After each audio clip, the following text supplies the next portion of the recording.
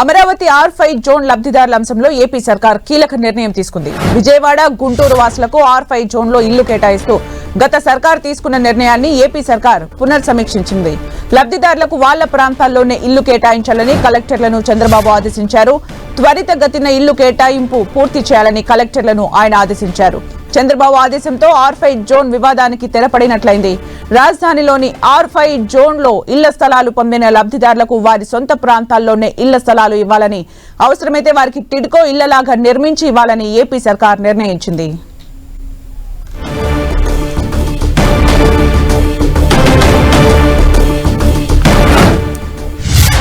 మరిన్ని అప్డేట్స్ మా ప్రతినిధి విజయ్ చంద్రన్ అందిస్తారు. విజయ్ చంద్రన్, R5 జోన్ వివాదానికి దానికి తెరవేసే విధంగా సీఎం చంద్రబాబు నిర్ణయం తీసుకోవడం జరిగింది. ఈ విషయం అయితే కనుక ఆయన కలెక్టర్ల సమావేశంలో స్పష్టం చేశాడు.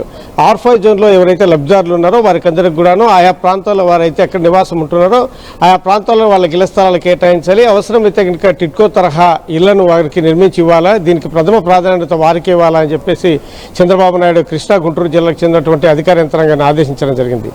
ఈ జగన్మోహన్ రెడ్డి ప్రభుత్వంలో ఈ R5 జోన్లో ఏదైతే రాజధాని ప్రాంతంలో 2 లేఅవుట్లు వేయడం జరిగింది. అక్కడ 25 లేఅవుట్లు టోటల్గా ఆయా ప్రాంతంలో వేయడం జరిగింది. అంటే ఎర్రబాలెము, వెంకటపాలెము ఆ ప్రాంతాల్లో 25 లేఅవుట్లు వేయడం జరిగింది.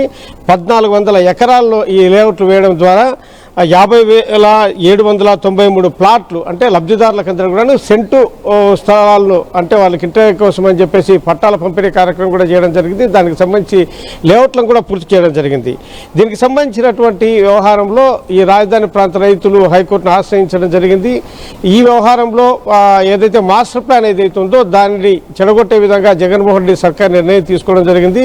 తద్వారా రాజధాని ప్రాంతం యొక్క ఏదైతే మాస్టర్ ప్లాన్ను దాన్ని డిస్టర్బ్ చేయడం తో పాటు ఈ రాజధాని ప్రాంతం యొక్క ఏదైతే కనుక ప్రాధాన్యత ఏదైతే ఉందో దాన్ని నిర్వీర్యం చేసే విధంగా ప్రయత్నిస్తున్నారని చెప్పేసి వాళ్ళు హైకోర్టు ఆశ్రయించడం జరిగింది.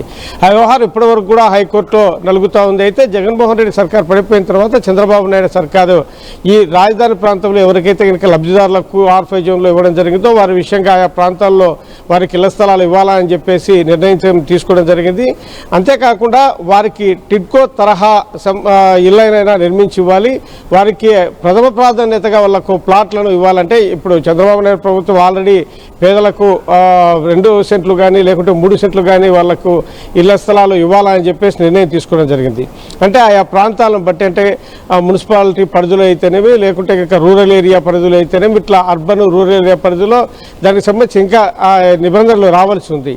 కాబట్టి ఇప్పుడు ప్రభుత్వం ఇచ్చేటువంటి ఇళ్ల స్థలాల పంపిణీ కార్యక్రమం ఏదైతే ఉందో వారికి ప్రథమ ప్రాధాన్యత ఇవ్వడంతో పాటు అవసరమైతే కనుక టిడ్కో తరహా ఇళ్లను కూడా నిర్మించి ఇవ్వాలని చెప్పేసి ఆయన కలెక్టర్ల ఆదేశాలు జారీ చేయడం జరిగింది. తద్వారా ఈ కోర్టులో నలుగుతున్న వ్యవహారం ఏదైతే ఉందో వారికి లబ్ధిదారులకు మేము న్యాయం చేయడం జరిగింది. కాబట్టి ఈ విషయంలో ప్రభుత్వానికి ఎటువంటి ఇంట్రెస్ట్ లేదు.